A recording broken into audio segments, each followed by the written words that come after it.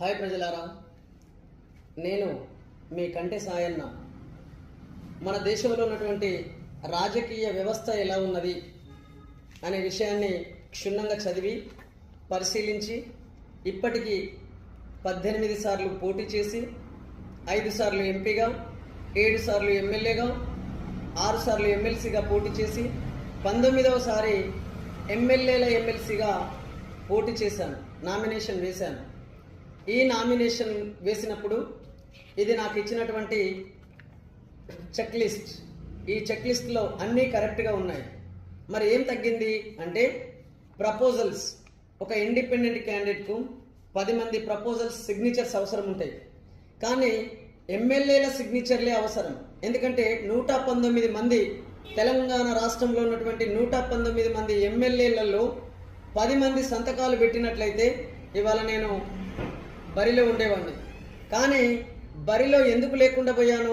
ఈ 10 మంది ఎమ్మెల్యేలు నాకు ఎవరు కూడా సిగ్నేచర్ చేయలేదు కాబట్టి, 119 మందిలో ఏ ఒక్కరు కూడా నాకు సంతకం పెట్టలేదు కాబట్టి నేను ఇవాళ రిజెక్ట్ అవ్వడానికి ప్రధాన కారణం. ఇక ఈ విషయం పక్కన పెడితే మిత్రులారా, ఇదిగో రిజెక్ట్ ఎందుకు అయ్యింది, రిజెక్ట్ కావడానికి కారణం ఏంటి అని రిటర్నింగ్ ఆఫీసర్ గారు మాకు ఇచ్చినటువంటి లెటర్. దీంట్లో అన్నీ బాగానే ఉన్నాయి, కానీ 10 మంది ప్రపోజల్స్ సిగ్నేచర్స్ లేకపోవడం వల్ల కంటే సాయన్నను తన యొక్క నామినేషన్ను మేము తిరస్కరించడం జరిగింది, రిజెక్ట్ చేయడం జరిగిందని చెప్పేసి ఇదిగో ఈ రిజెక్ట్ కావడానికి గల కారణాలతో కూడినటువంటి మనకు ఒక లెటర్ ఇచ్చారు. మిత్రులారా, ఇప్పటి ఎన్నిక మనం గమనించినట్లయితే 3rd March 2025 Monday issue of nominations. తర్వాత లాస్ట్ డేట్ వచ్చేసి 10th March 2025 Monday to Monday వరకు ఇది నామినేషన్ టైం.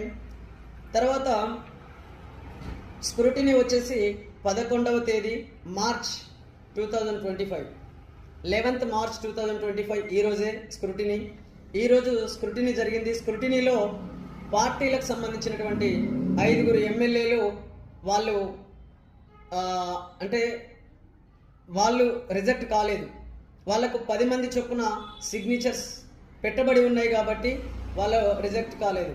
ఎవరైతే 4 ఇండిపెండెంట్లు ఉన్నారో ఆ 4 కూడా ఈ సంతకాలు లేకపోవడం వల్ల రిజెక్ట్ చేయడం అనేది జరిగింది.